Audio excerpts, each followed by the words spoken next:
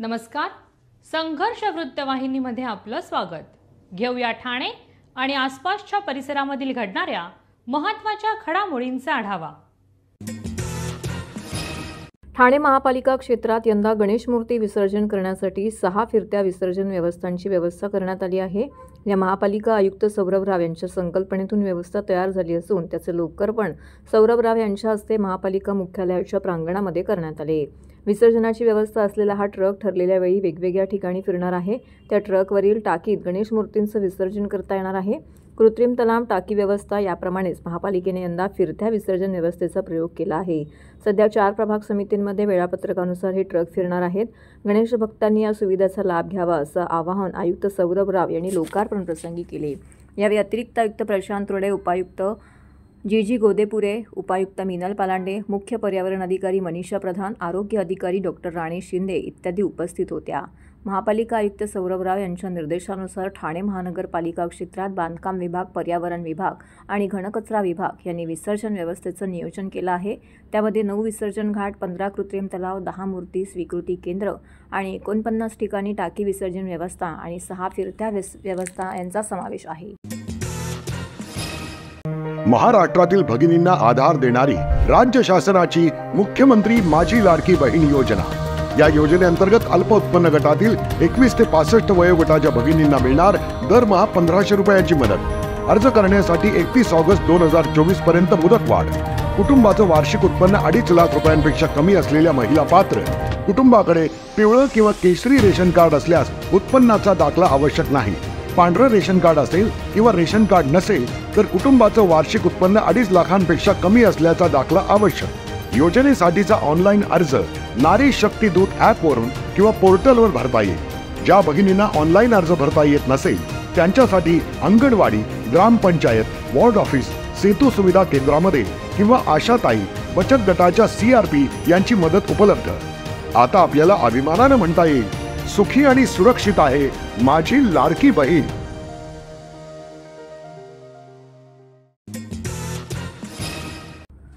वाजत गाजत ढोल ताशांच्या गजरात गुलाल उधळत नाचत आज 1.5 दिवसांच्या 45,000 पेक्षा जास्त श्रीमूर्तींचं भावपूर्ण वातावरणामध्ये विसर्जन करण्यात आलं।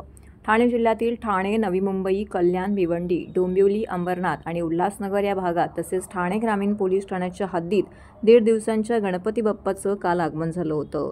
1.5 दिवस पाहुणचार घेऊन बाप्पा त्याच्या घरी गेलेत। ठाणे महानगरपालिकेने कृत्रिम तलाव तसेच तलावपाली स्वीकृती केंद्र आणि फिरत्या विसर्जन केंद्राची निर्मिती करून भक्तांच्या घराच्या जवळच विसर्जन करण्याची सोय केली होती।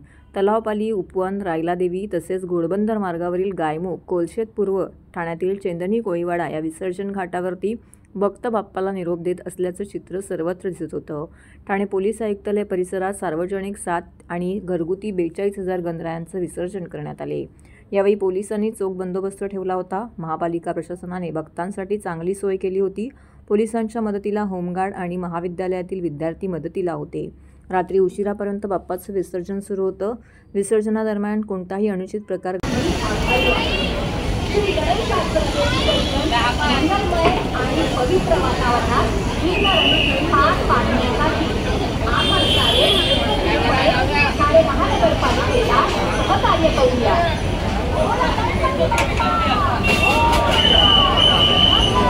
विसर्जनासाठी आलेल्या सर्व गणेश भक्तांचे ठाणे महानगरपालिकेकडून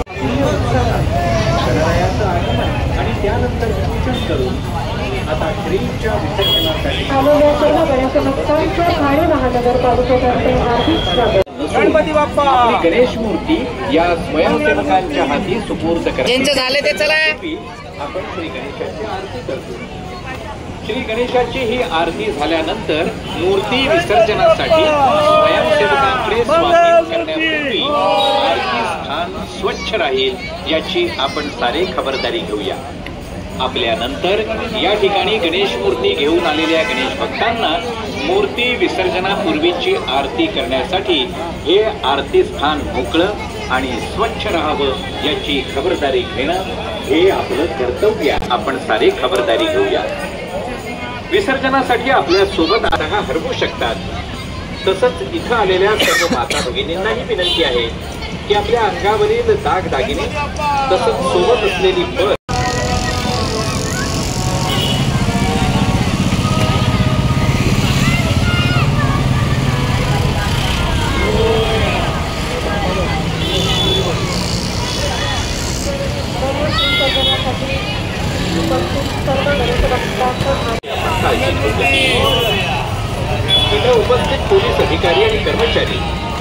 ठाणे महानगरपालिकेचे सुरक्षा रक्षक आणि स्वयंसेवकांच्या सूचनांचा आदर राखून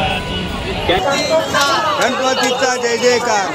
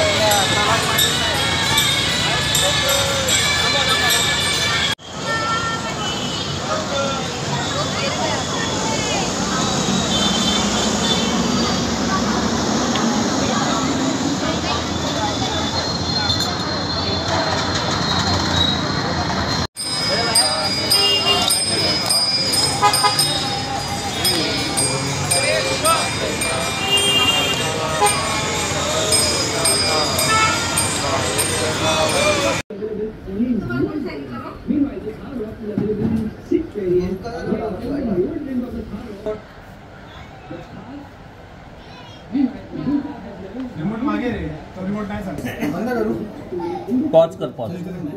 अलेक्सा पॉज.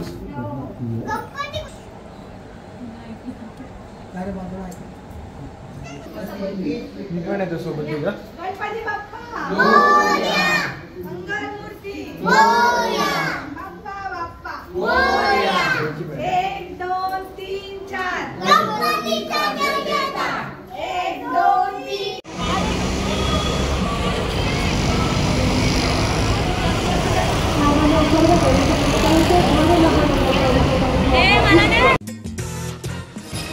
ठाणे शहराला एका बाजूला खाडी आणि दुसरीकडे संजय गांधी राष्ट्रीय उद्यान याची साथ लाभली असल्याने इतर कोणत्याही शहराच्या तुलनेत ठाण्यातील हवा चांगली असते.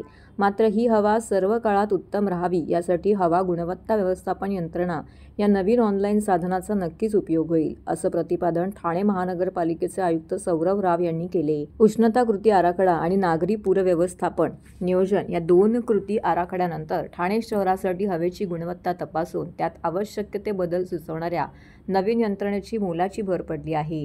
या यंत्रणेमुळे मिळणाऱ्या माहितीचा उपयोग करून तात्काळ करायचे बदल आणि दीर्घकाळात करायला लागणारे बदल यांचं नियोजन करणं महापालिकेत शक्य होईल. या सूचनांमुळे हिवाळ्यात हवेची अधिक चांगली स्थिती आपल्याला राखता येईल असा विश्वास आयुक्त राव यांनी व्यक्त केला आहे. ठाणे महानगरपालिकेसाठी council of energy, environment and water आणि USAID यांनी संयुक्तपणे ही ऑनलाईन यंत्रणा विकसित केली आहे. या यंत्रणेचं उद्घाटन नुकतंच करण्यात आलंय. ऑनलाईन प्लॅटफॉर्मवरती मिळणाऱ्या माहितीचा उपयोग नागरिकांना व्हावा यासाठी लवकरच त्याची एक लिंक ठाणे महानगरपालिकेच्या वेबसाईटवर देणार असल्याचं यावेळी आयुक्त राव यांनी जाहीर केले. ठाणे शहराच्या यंदा गणेशोत्सवात धर्मवीर आनंद दिघे यांच्या जुन्या मठाचा देखावा साकारण्यात आला असून गणेश भक्तांसाठी आकर्षण ठरत आहे. ठाणे आणि धर्मवीर आनंद दिघे यांचे अत्यंत जिव्हाळ्याचे व आपलेपणाचे नाते असल्याने किसननगर नंबर 2 येथे माजी नगरसेवक तथा सूर्योदय मित्रमंडळाचे सल्लागार योगेश जानकर यांच्या पुढाकारातून हा भव्य दिव्य देखावा उभारण्यात आला आहे. यंदा सूर्योदय मित्रमंडळाचं हे 30वं गणेशोत्सवाचं वर्ष आहे. धर्मवीर ज्या मठातून गोरगरीब सर्वसामान्य माणसांचे प्रश्न चुटकीसरशी सोडवत असत. आनंद मठात येणारा कोणताही माणूस रिकाम्या हाताने जात नसे. ठाणे जिल्हा तसेच महाराष्ट्राच्या कानाकोपऱ्यातून आलेला प्रत्येक माणूस धर्मवीर आनंद दिघे यांच्यावरील प्रेमापोटी त्यांना काहींना भेटवस्तू आणत असे. या वस्तूही आनंद मठामध्ये जपून ठेवण्यात आल्या होत्या. त्या वस्तू नेमक्या कोणत्या याचं दर्शनही गणेश भक्तांना या निमित्ताने घडणार आहे. धर्मवीर आनंद दिघे यांच्या जुन्या मठाची प्रतिकृती उभारण्यासाठी 40 कामगार गेल्या महिनाभरापासून येथे झटत होते. यंदा सूर्योदय मित्र मंडळाकडून गंधरायाची 13 फूट मूर्ती आणि दरवर्षीप्रमाणे हटके देखावा साकारून गणेश भक्तांना एक वेगळीच यंदा सर्वोदय मित्र मंडळाकडून गंधरायाची 23 फुटाची मूर्ती स्थापन करून दरवर्षीप्रमाणे हटके देखावा या ठिकाणी गणेश भक्तांना पाहायला मिळणार आहे.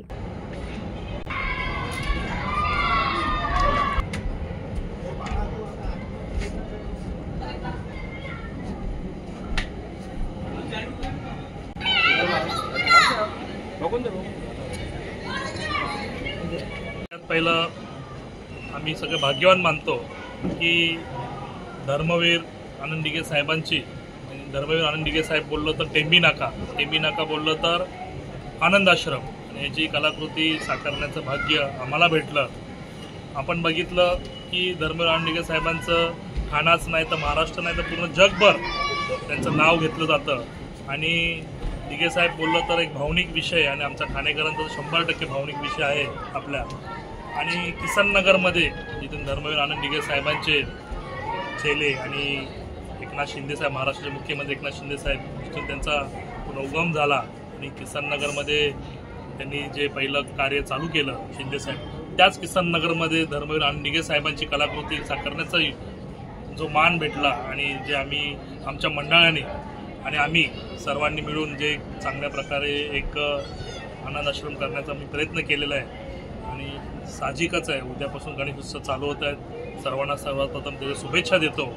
आणि सर्वांनी या मंडळाला भेट देऊन आणि आपण दिघे साहेबांनी जसं आनंद आश्रम पहिलं कसं चालवायचे आणि आताही त्याच पावलावर पाऊल देऊन माननीय एकनाथ शिंदे साहेब जसे चालवतात आणि काही लोकांना बघण्याचं जे भाग्य आहे ते किसननगरला 100% भेटणार आहे. आणि सगळ्यांनी उद्यापासून 11 दिवस आपण गणेशोत्सव साजरा करणार आहे. सगळ्यांना शुभेच्छा देतो.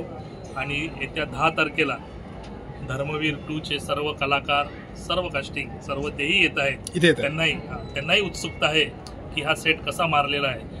आणि सर्व मंडळाची मुलं असतील, सर्वांनी इथे 16 ऑगस्टपासून आजपर्यंत जी मेहनत घेतली 20 दिवसात, मी सर्वांचे कार्यकर्त्यांचे, कलाकारांचे सर्वांचे मी आभार मानतो. तर हे होतं संघर्ष वृत्तवाहिनीचं आजचं बातमीपत्र.